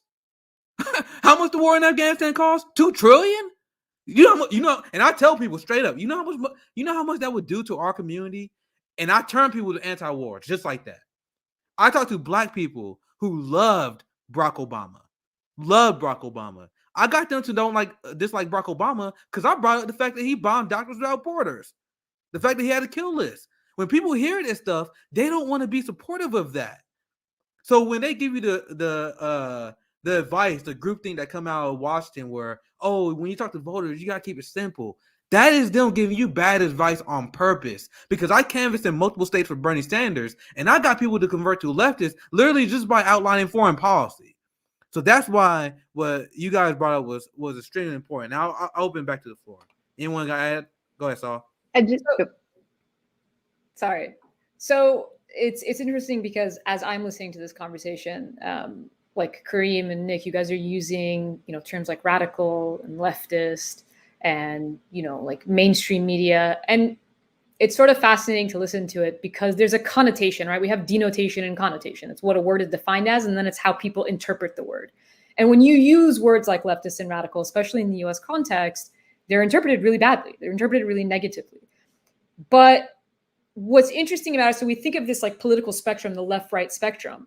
And what that means is not absolute. It's based on the context. So what is left in the United States is like center in a country like Finland, right? Like those policies are not considered to the left of their political spectrum. So I think that's one of the things to take into account. And like radical, the word radical, I actually avoid these terms. And the reason why I avoid them is because of the connotation that people have, but their real meaning, right? When someone says they're anti-imperialist, I'm always like, that's not radical. Being anti-imperialist is not a radical idea. It's as mainstream as you can get, because basically the international rules-based order that our politicians will not shut up about is anti-imperialism, right? That's all it is. It's saying that we shouldn't have empires, that we should have sovereignty, that countries should be self-determined, and that there should be a set of rules that everybody follows. This is not a radical concept. It's just that we never did it. We never actually went into that age. We never ended empire. There is no post-colonialism. We still exist in colonialism.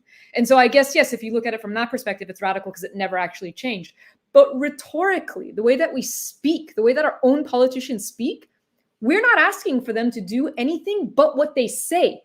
The problem is they don't do what they say, right? Like that's the disconnect. I don't have a problem with what they're saying. I agree, except you're not doing it.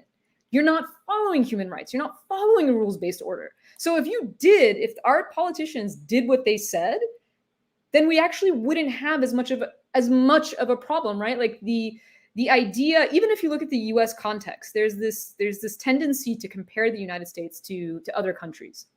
And people mistakenly think like a country like Finland is a socialist country. It's not. Like 70% of the country is privatized, actually.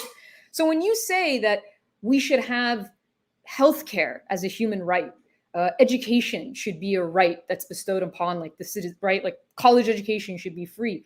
These aren't radical ideas. They are American ideas. That is what the American dream was, right? The ability to send your kids to college, to have a house, to have a car, because you have a job.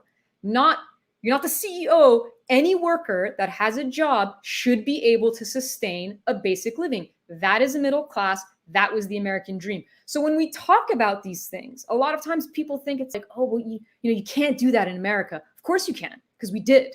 So all the argument really is to reestablish a system that is actually for people, which is what we pretend that we're doing all along. It's not something that's so far out of reach that we can't actually get there. We can, but I do think that it starts with people just being aware of it. And that's why I think these conversations and the way that we talk about these things is so important. It's like I said, sometimes when you use certain catchphrases, people get turned off because they think like, oh, well, we can't do that. I'm like, yeah, we can, because we did.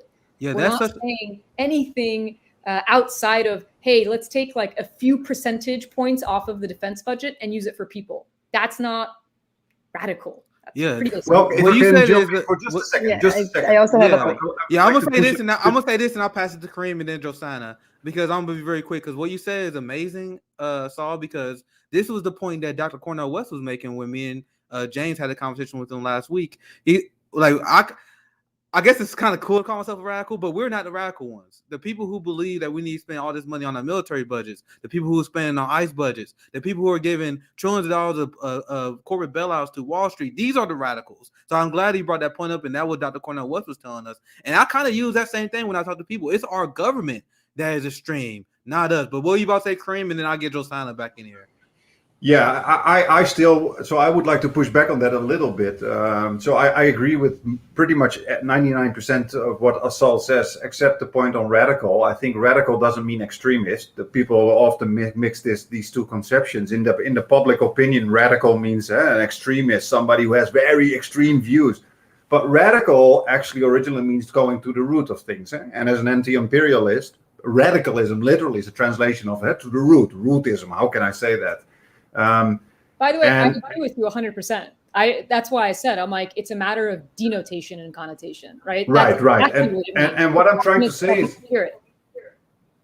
right. So what I'm trying to say is that the problem is that every term we always adopt as leftists, as radicals, is that these terms always get, we've discussed this before, Nick, is that they always are turned into an insult in the popular opinion sphere, in mainstream sphere, whether it's CRT, whether it's social justice, whether it's anti-racism, whether it's radical, whether it's communism, whether it's socialist, everything that we adopt as people who are anti-imperialist and leftist eventually gets turned into an insult. So I think there should be a point that we own these terms. I'm a radical, and we can actually make that popular, because they will find a way every time to demonize everything that we have. You know what I mean? So I think it's a never-ending story. You know what I mean? That's just what I wanted to say. Josanna, do you want to jump in? I also want to get Finney's thoughts here soon too. Maybe if Finney goes before me. I feel like I'm like blah blah blah. Like, You have anything you want to add, Finney? No, you're fine. Go ahead. Thank you. I just wanted to make a point about education, right? Like the American dream being coming here, have a job, and be able to send my kids to college. Well, I come from a place where the Constitution is based in the Constitution from is based in the French guillotine, French Revolution, Révolution Française. And the Constitution of my country is based on that, and it's very old. It's from 1988, if I'm not wrong. Anyways, we have an article there. Is the fourth article, the third paragraph. Education should be of quality for all, and most of all, free. So I studied. The university I went to is one of the best of my country, if not the best of the Latin America. Like, it's the level of like big institutions in the world. And I had access to research. They incentive me to not just be like, I'm studying fine arts. No, I'm studying all of this. And I go in all the buildings, philosophy, psychology, and I research and I study. And I paid $0 for that. So the American dream is already propaganda, because it tells you you're going to come here, going to have a car, going to have a job, your kid's going to go to school, but they're going to start their life with $400,000, $100,000. That, like, when I learned about this student debt, I was like, whoa, wait. So you're starting your adult life with $100,000 debt. Like you already, it's like when you kidnap and you go in a trip and people steal your passport and now you owe me the ticket and you have to like slave work to pay it back and you never get it back. You never get it back. And that's the relationship with the student debt. And education here, I have a friend that she came here with me and then she was living here for a little while. Her daughter was in 5th grade in Brazil. When she started studying here, she went to 7th grade. So we have to be aware of basic education. I'm not talking about Harvard academia propaganda, because academia, just that word excludes a lot of people.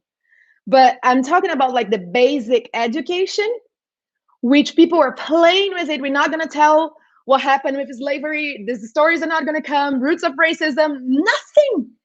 Indigenous genocide. You're going to go to school and maybe you're going to have grades to go study in a university and you're going to learn. And it's so crazy because I remember being in my university fighting. Now I'm going to denote my age. But anyways, fighting against Lula's government because I was part of the council in the university and I received in my mail a project to privatize, to sell the public universities of Brazil. Because the FME, IMF didn't agree with us having technologies and researches that would put us in the world scenario. And then you come back here and you see that most of the universities here, even the big ones, they are like that. You go there and you become specific. You become specific in one subject because that's what we need from you. We need you to work and never get that passport back. We need you to enslave work. And that's the only thing that's happening here. And without our authorization, we are funding the bully of the world. We are funding the military. And I think like the basic education, and this, what are you doing? Like Fred Hampton, it's amazing. They started off education, but we kind of need more. We need to go in these schools and do like an after school program and talk to them after school. And we're going to read this book. 7th grade, that's what we're going to be reading this and we're going to be doing this program because we need to go to the basis. Well, you said was on point when you was learning about student loan debt, and many people in my generation, and this is shown by how many people in our generation are anti-capitalist, and that shocked many people who are Gen X and Boomer or older, because they don't realize that this quote unquote American dream that they sold us has never existed in our lifetime, and that's go even more for Gen Z. Because I remember when I became radicalized and became more anti-capitalist, that it mostly because I learned what other people had in other countries. Like I still remember when I learned how most countries have healthcare. I was like, wait. So they don't pay anything for, like, what? Like I like just learning this was like, I didn't even know. Like, bro, so other countries, so you sick, you just go to the doctor and you don't pay anything. Yep. What? You just go to college, you're not in debt. What? Like, so these are the kind of things that they just have. You got paid family maternity leave. Like, what? Like, and then you don't know these things. And when you know these things, I don't know how people see what other countries have and then understand how rich we are, and they be like, nah, we can't do it here. Like our generation, we see that like that doesn't make sense. That's why, and that's why boomers don't understand why we're not capitalists, why we're anti-capitalist, because their kids, they did go to school without going to a massive amount of debt, so they don't know the reality that we're living in right now. So I want to get close to wrapping up. I know it's getting late for me and Finney here, but we gotta do this again because this is such a great conversation. I didn't even get to a lot of stuff I wanted to get into. So what I'm gonna do before we wrap up, I just still so much to talk about. But I want to go around so everyone give their last thoughts or plug anything that you guys want to plug. I know we was gonna mention some articles that you guys wrote, so you guys can plug that as well. Maybe we can talk about that more in detail next time. Just the conversation just flew. We had so much to talk about. I apologize I didn't get to so many other stuff. But I'm gonna give everyone the last word. I'm gonna start with Karim, and we work our way around. But you can get your thoughts, anything else you want to add, and then plug anything you want to plug before we wrap up here. Yep, got it. Okay, yeah. Well, first of all, great to meet this panel. I'm very glad to see Afini finally in real life. I've been watching a lot of stuff from her, so I'm very happy about that. Josanna, very nice to meet you. I'm very glad to see Assal again, and Nick, of course, and Peter. Well, we see each other almost every day. But I would like that your audience has been a really good support of our really tiny, just starting channel, and so I would like to thank a lot of your audience for that. And those of you who are not yet there, please go to Beat Media on YouTube, and we also have a Substack where we write our a bit more radical articles, and they will get immediately into your inbox. So please support us there and share them, because we are not very active on social media. So that's just simply betbeat.substack.com. And yeah, I agree with Nick. The time flies. There's so much more I wanted to say, but I guess maybe it would be interesting next time to go a bit more deeper into how from here, how can we build actively an international left where we really start to do stuff, like through media, through maybe physical contact, like a meeting, conferences. I don't know, but something needs to be done. We are always waiting. Who is going to do it? And in the end, you must realize maybe we should be the ones who actually do it. You know what I mean? It starts with some people, and why not us? You know what I mean? Exactly. Yeah. And with that said, I'm actually going to pass it to Josanna next to get your last thoughts, because I know me and Josanna had a conversation, and that's why I wanted to invite her on this panel, because she was talking to me like the need to build international left. So I'll pass it to you so you can maybe add a little bit to that and get your final thoughts. Josanna, what's your thoughts? Well, I think I come from the premise about my experience of being Black in the US, because it's complicated, since the divide and conquer people created the term Latino to say like, we are the ones that have race, everybody else is mixed and weird, don't mess with them. And I always come from the premise of Malcolm X, who said, we Negroes here are not the majority, but if we unite with all the countries in the whole continent, especially in Brazil, because us there, we are a majority, then we're going to have numbers, and then we can change something. So I think talking to Nick, I was like one day like looking around, and I'm like posting on Twitter, but like it's like an animal in a cage. Like I want to do something. I don't want to post on Twitter. I barely do posts. I want to, and then I was talking to Nick, maybe if we did like, because when I was in student politics in college, we used to do like encounters and panels, but like with people going for exact themes and the speaker, and then we had like integration and Q&As, and I think the more we educate ourselves, I have to be educated in American history, and the more people we have together to start to really start something, because we need to get out of social media. I love social media, and I think that's why we're here together, but we need to like take a step further, because it's in the real 3D world where we are going to be like.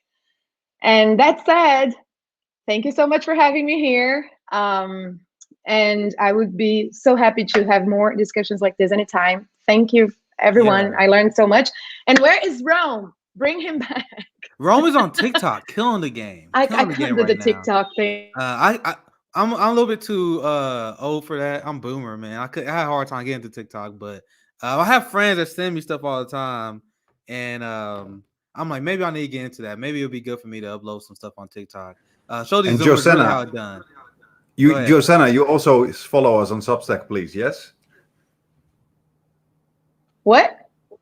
You also follow our Substack, please.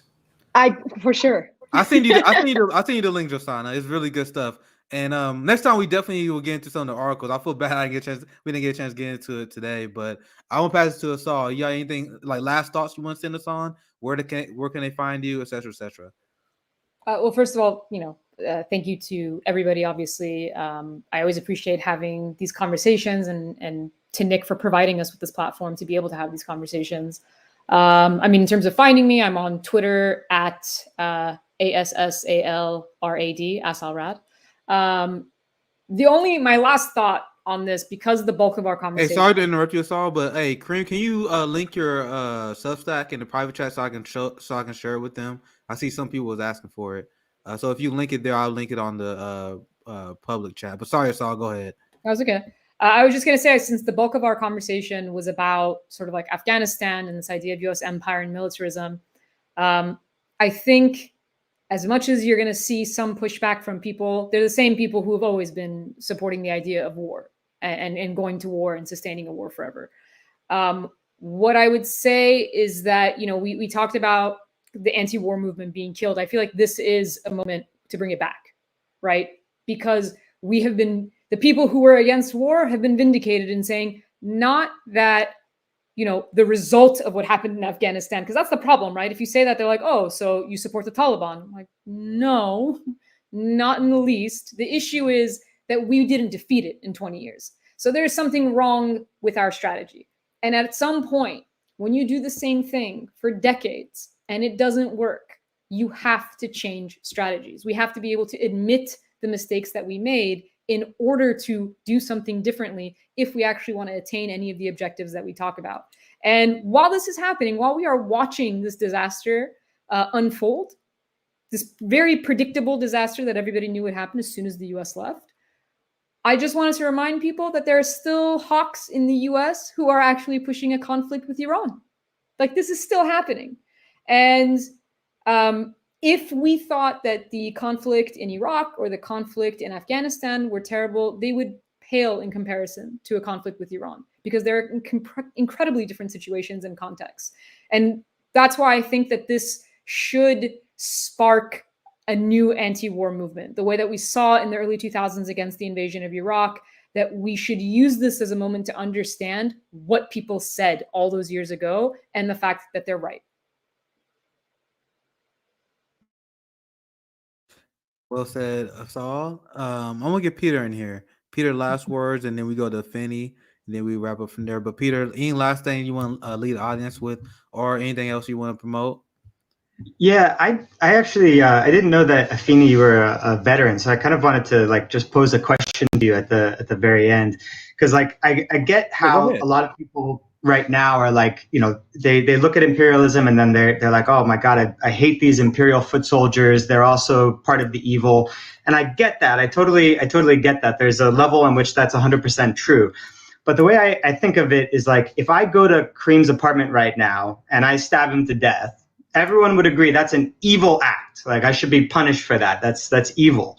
But I think if I did something else, it would be far, far worse. If I talked to Assal and I said, you know what, Karim is planning to kill you and your family, and I show some made up evidence of Karim writing plans to go to California and kill her and everyone she knows.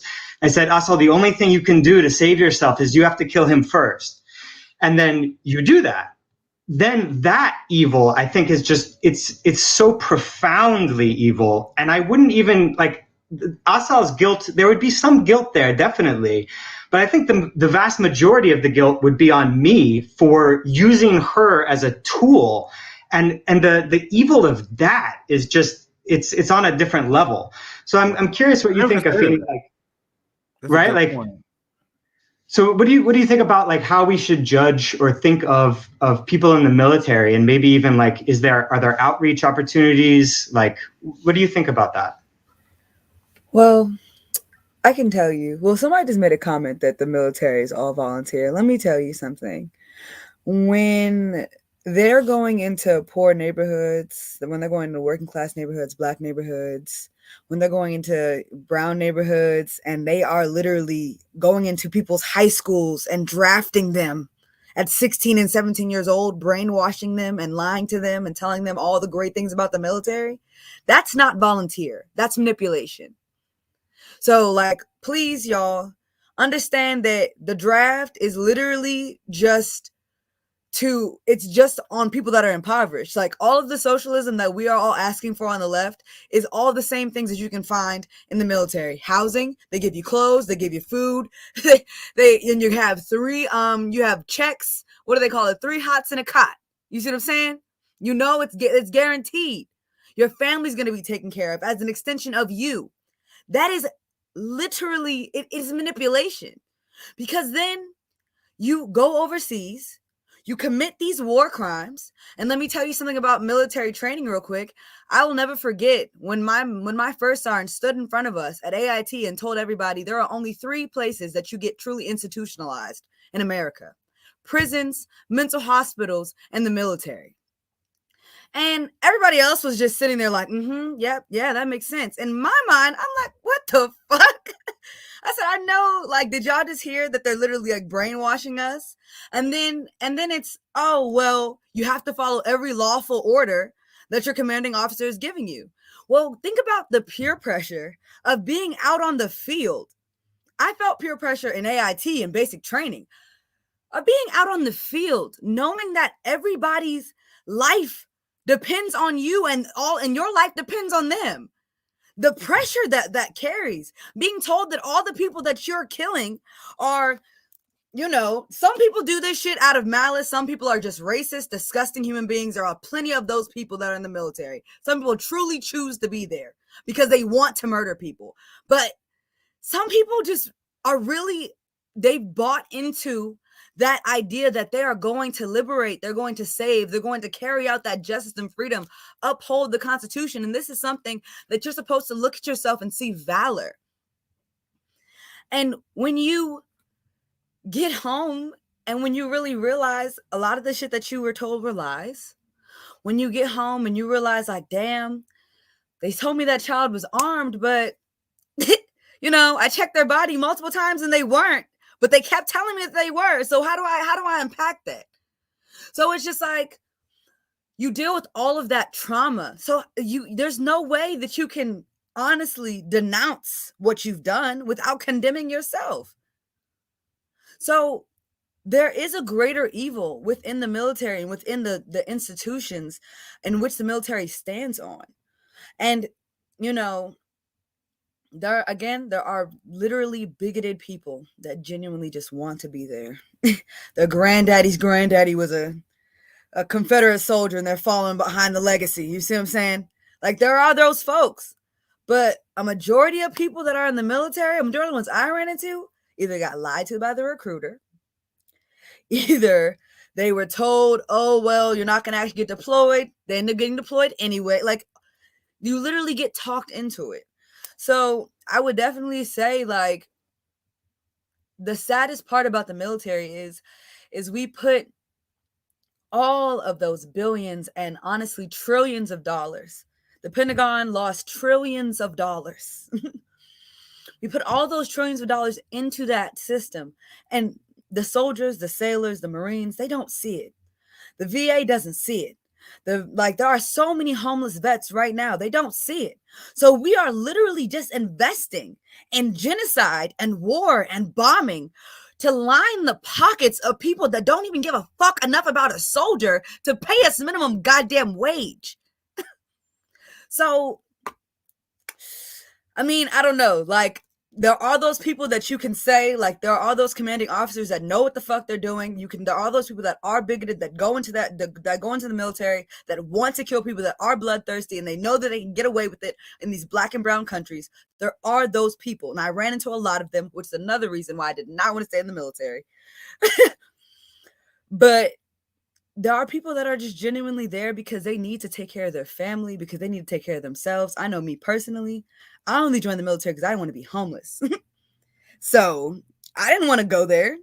I didn't want to do that shit. And I knew that, and that's why I didn't make it. But it's just, there are people that I had maybe a softer place to land, but there are people that have no other choice other than to make that shit work. And they have to live with that shit for the rest of their fucking lives. So yeah, I would just say that. Yeah, this would be a great topic. We gotta dive really into this maybe on the next panel, because I have a lot of words about this as well. I talked to my friend Anthony Clark Jr., and he has a story where he was a troubled youth, and they pretty much gave him an ultimatum: either you go join the military or you gotta go jail, prison, or whatever. I let him tell the story better than me, but they pretty much gave him a legal ultimatum: join the military or we'll press charges on you. That's the kind of stuff that a lot of people get recruited by. And now I always say all cops are bastards, and you guys know my opinion about American police, and I can back that up with many evidence. But you guys notice I never target veterans, right? You guys notice that? Because it's a poverty draft. Like Anthony Clark told you, they go to poor communities and they promise them the world. And a lot of times they don't deliver. And that's why 22 veterans kill themselves a day, because they realize they've been lied to. And none of that shit. Yeah, so I don't go after military personnel. Look, I do go after the war criminals, because like Finney said, there are documented war criminals, like the people who used to collect Afghanistan fingers as a trophy at how many innocent civilians they killed. So there are monsters there. But when you look at the military overall, these are just people who wanted healthcare. These are people who just wanted stuff that our society should provide them in the first place.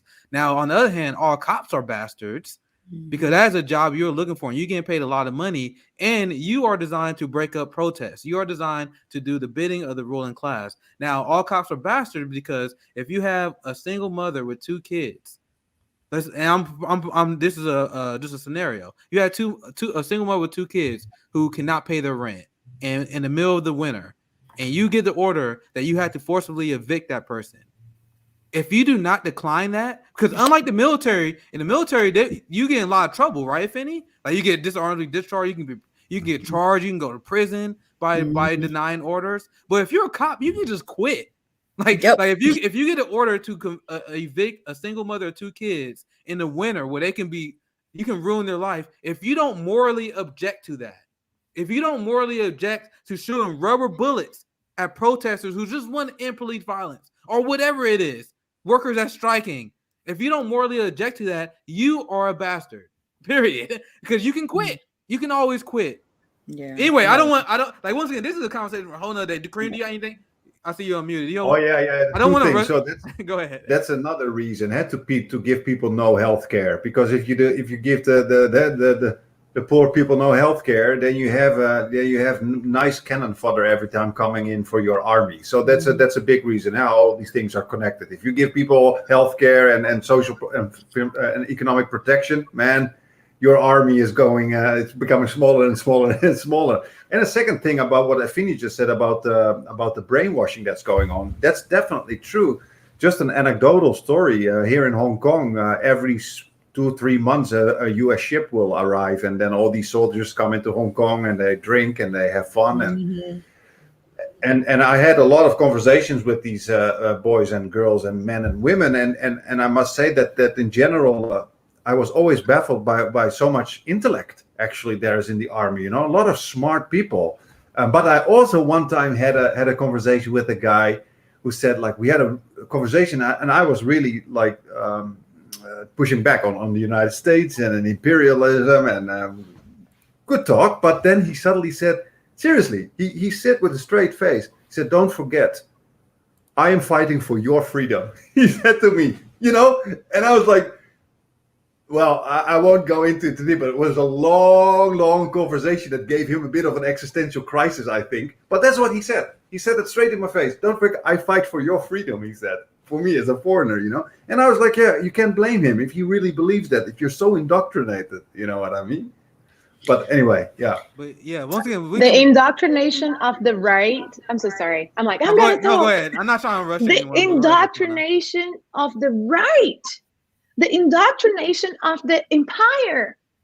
It worked so well. To me, it's like I'm watching like this really, really mean reality show where people do not have education, they do not have health, they do not have food, and they are made into going to fight for a country that does not take care of them. And that military thing hits right in me and gets me so angry to see that Afeni had to go there. And I have a friend that she's an immigrant, she's a Colombian immigrant, and she's in the army because she has no opportunities, because we speak like this. And when we speak like this and we look like that, people look like you do not belong to the stable. The stable thing also, oh my God, the stable culture. Like, I want to destroy the table. I want everybody to eat together in the floor, sitting down and talking in the same level. And the fact that the indoctrination of the right works so well. I remember when the pandemic hit, there was a captain in a ship, and he rang the bell or whatever they do for like the ship is in danger. And I think they were close to China. And then people are like, oh, he should be fired because he demonstrated vulnerability to the enemy. And I was like, wow, you believe in an enemy? You go to sleep and you wake up in your life and you believe that there is an enemy that is coming to get ya? Like, what the fuck? You said I could curse. Like, I can't. Like, with that, like, it gets me like this because I'm like, I just want to go right now and destroy that. Like, I'm so sorry. I can't. Like, it's. I feed off the energy. I love it. I can't just watch it, sitting down and watching it, like watching my people, my brothers and sisters. I'm Afro-Indigenous because yes, I am mixed. I am like a street dog in the hierarchy of who is pure and who is not. I can't watch my people anymore being killed by this country. I can't watch my brothers and sisters being sent out to being uneducated and being silly like this, like a horse, and not do anything. It's not possible that we here in America our chairs are not burning under our asses. And I understand malnutrition is on purpose, but we got to think about, like, why is this much cheaper to me to eat freaking McDonald's or Crown Fried Chicken, which I love, then buy a bag of vegetables. When my first time buying a bag of vegetables here and I spent $100, I was like, where are these vegetables coming from?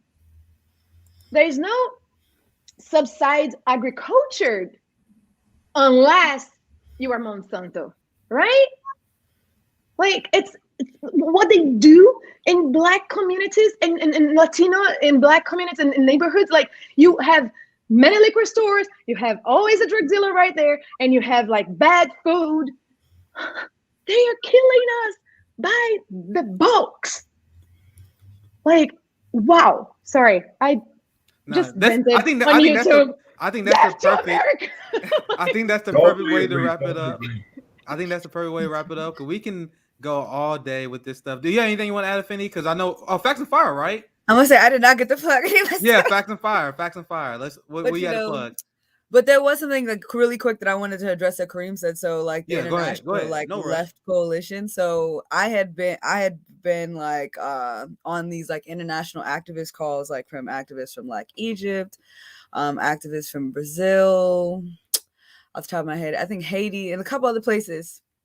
And like we just get on Zoom whenever like whoever can get on, and like we all just talk about like the intersection of our struggles and just connecting all these things. So it's just really like it is really important to have those conversations like from border to border, because you know the same ways, especially like the ways that we police our country, like and our citizens, the same ways that we're doing that to other countries, or we're teaching other countries' militaries and police forces to do the same thing. So, you know, I did want to just say that I like just completely agree with that. And also, so on my plug, so tomorrow at 12 p.m. Eastern, I will be on We Are Haven's Instagram doing a live for an hour, and then I will be on Nico's show at 2:00 Eastern. I have a wedding to go to, and then I will be on Franco at 4. Tomorrow. And then my show is on Saturday. Yeah, I know. My show is on Saturday, Facts and Fire, every Saturday. And then I'll be on Uncivil Disobedience on Monday. So do you still need me for Saturday? Yes. All right, nice. Facts and Fire, me and Finney. Let's go. I love Facts and Fire are always fun to do. So I appreciate everyone for sticking in with us, because make sure you got go ahead, Finney. I'm gonna say I'll put all that on my Twitter, by the way. My bad. What was I about to say? Oh yeah, I was about to say, because I think this will be the start of a new series. This was International Leftist Coalition. You guys gonna see part 2 pretty soon. I don't know exactly when, but we gonna make this a thing, whether we have rotating members as well. I really think we can continue these conversations as long as possible, and there's a lot of things we got to address as well. So I appreciate everyone for checking in with us late at night. We usually do these late in American time because Karim and Peter is in Hong Kong time. That's why we usually do it late, so you guys know. So usually we do International Leftist Coalition, probably late at night. But you guys just saw the birth of a new series because I think these conversations are super important. But if you guys enjoy the show, please like, subscribe, hit the bell. The best way to support us is through Ko-fi. So just go to FredHamptonLeftist.com. Go to Ko-fi. That's the best way to support us. Anyway, once again, this is Nick, Socialist MMA. I appreciate everyone for joining us here tonight. Have a great night, guys. Take care.